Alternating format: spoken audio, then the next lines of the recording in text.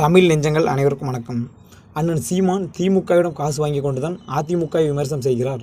அதிமுகவிடம் காசு வாங்கி கொண்டு தான் திமுகவை விமர்சனம் செய்கிறார். அப்படிங்கிற மாதிரி இந்த நமக்கு பின்னாடி தெரியுது பார்த்தீங்களா. இந்த அல்லு செல்லும் இந்த ஊப்பி கூட்டமும் அண்ணன் சீமானை விமர்சனம் செஞ்சுக்கிட்டு தெரிஞ்சிச்சு.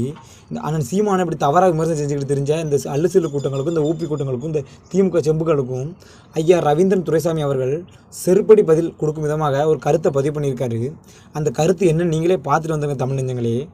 இன்னைக்கு 2% வாக்குன்னா 200 கோடி, 5% வாக்குன்னா 500 கோடி.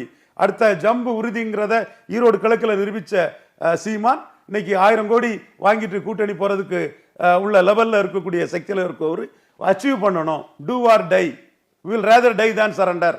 அந்த புள்ளியில நம்ம லட்சியம் வந்து நம்பர் 1 ஸ்லாட்டுக்கு வரணுங்கிறத அது சொல்லியிருக்கிறாரு. நான் ஓட்டுக்கும் சீட்டுக்கும் வந்த கட்சியில் ஒன் ஆஃப் தி பார்ட்டியில் ஒன்லி பார்ட்டிங்கிற அந்த வார்த்தையும் சொல்லியிருக்கிறாரு.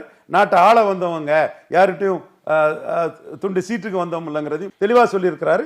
அந்த தன்மையில் அவர் உறுதியா போகக்கூடியவராக தான் இருந்துட்டு இருக்கிறாரு. தமிழ் நெஞ்சங்கள் அனைவரும் இந்த காணொலியை பார்த்துருப்பீங்க. இந்த காணொலியில இருந்து இந்த திமுக செம்புத்திட்டிகள்கிட்ட நம்ம என்ன கேட்குறோம்னா, அடே திமுக செம்புத்திட்டிகளே, அண்ணன் சீமான் காசுக்காக தான் பேசுகிறார் என்று அண்ணன் சீமான் மீது பொய்யான குற்றச்சாட்டுகளை வைத்துக்கொண்டு திரிகிறீர்களே திமுக செம்புத்திட்டிகளே, அண்ணன் சீமான் காசு தான் வேண்டும் என்று நினைத்திருந்தால் ஐயா எடப்பாடி பழனிசாமி அவர்கள் கூட்டணிக்கு அழைத்திருந்த போதே எனக்கு 1000 கோடியை கொடுங்கள் என்று வாங்கி கொண்டு ஐயா எடப்பாடி பழனிசாமியிடம் கூட்டணியில் அண்ணன் சீமான் சேர்ந்திருப்பார்.